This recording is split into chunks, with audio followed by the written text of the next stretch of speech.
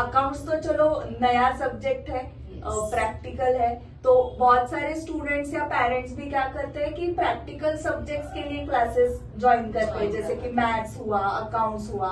But जो theory subjects है, economics है, secretarial practice, organisation of commerce, जो आपके सब्जेक्ट है, तो उसके लिए उनका रहता है कि मैम ये तो थेरी है, ये तो पढ़ के हो जाएगा।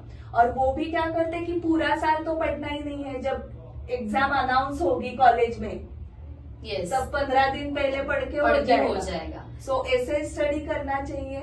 नहीं, कैसा है, जैसा भी आपने बोला कि अकाउंट्स प्रैक्टिकल सब्जेक्ट, लेकिन अकाउंट्स में भी ऐसे बहुत सारे टर्म्स आते हैं जो हमारे थ्योरी सब्जेक्ट में होते हैं। फिर जब भी हम बिजनेस की बात करते हैं, आप अकाउंट्स में कुछ ना कुछ बनाएंगे, P&L बैलेंस शीट बनाएंगे, लेकिन उसमें भी अंदर अंदर जो टर्म्स आएंगे वो कहीं ना कहीं थ्योरी सब्जेक्ट से रिलेटेड है। इसलिए उसके जो बेस कंसेप्ट है वो आपको थ्योरी से ही कवर करनी पड़ेगी।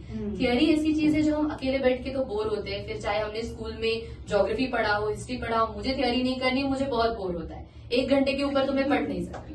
लेकिन यहाँ पे 1 घंटे से काम नहीं चलेगा। अभी जैसे जैसे हम आगे जाएंगे लाइफ में, हमारे नंबर ऑफ आवर्स, जो स्टडी के आवर्स है, वो भी हमें बढ़ाने होंगे। 1 घंटे में मैंने 2-4 पेजेस पढ़ के, वैसा तो होगा नहीं, 1 पेज पढ़ने में डेफिनेटली आपको 1-1.5 घंटे से ऊपर भी कभी कभी लग सकता है। सो इट्स लाइक थियरी आप अकेले बैठ के पढ़ेंगे तो आपको बोर होगा, तो इससे अच्छा है आप हमारे साथ बैठ के पढ़िए, लाइव एग्जांपल्स के साथ। जो मेरा कॉर्पोरेट एक्सपीरियंस है वो कहीं ना कहीं पढ़ाते वक्त मैं आपके साथ शेयर करूंगी, तो आपको वो थियरी समझ में भी अच्छे से आएगी और वो साथ साथ आपका सिलेबस भी कवर हो जाएगा। उसके साथ हम राइटिंग प्रैक्टिस भी करवा के लेंगे, जो आपकी एक्सरसाइज की क्वेश्चंस है, जो एक्स्ट्रा क्वेश्चंस है पास्ट पेपर्स में जो आए होंगे वो हम कवर करके लेंगे। और हमारी mostly chapter wise test series होगी। सो क्या हो जाएगा, थियोरी आप जब भी एग्जाम होगी आपको सिर्फ प्रैक्टिकल सब्जेक्ट्स पे ज्यादा फोकस करना है, क्योंकि उनको सॉल्विंग प्रैक्टिस लगती है। और ये सारा जो हम बोलते हैं ना रट्टा मार के कवर करना है, लेकिन वो जो रट्टा भी मारना है वो हम करके लेंगे। आपको उसके लिए घर पे ज्यादा टाइम देने की जरूरत नहीं, अनलेस एंड अनटिल कुछ होमवर्क होगा तो।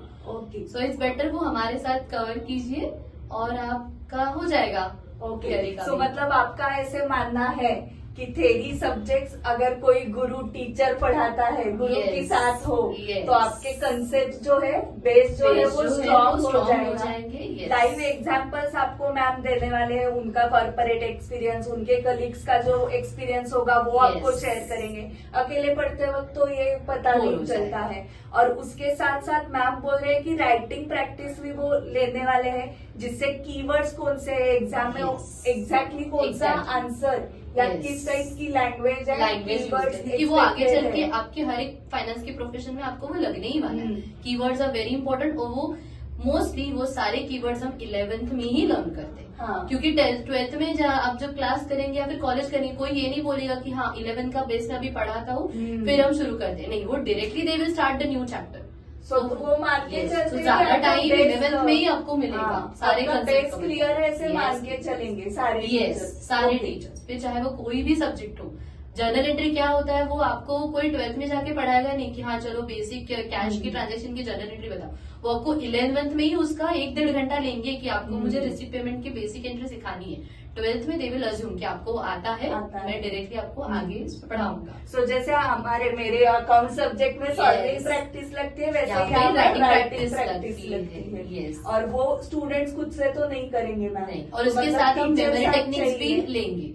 मैं मेमोरी टेक्निक्स भी बताती हूँ ताकि आपको पॉइंटर्स और हेडर्स जो होते हैं वो आपको ध्यान में रहेंगे, और साथ साथ आपके टेक्निकल वर्ड्स भी कवर हो जाएंगे। जो आंसर में लिखना इम्पोर्टेंट है।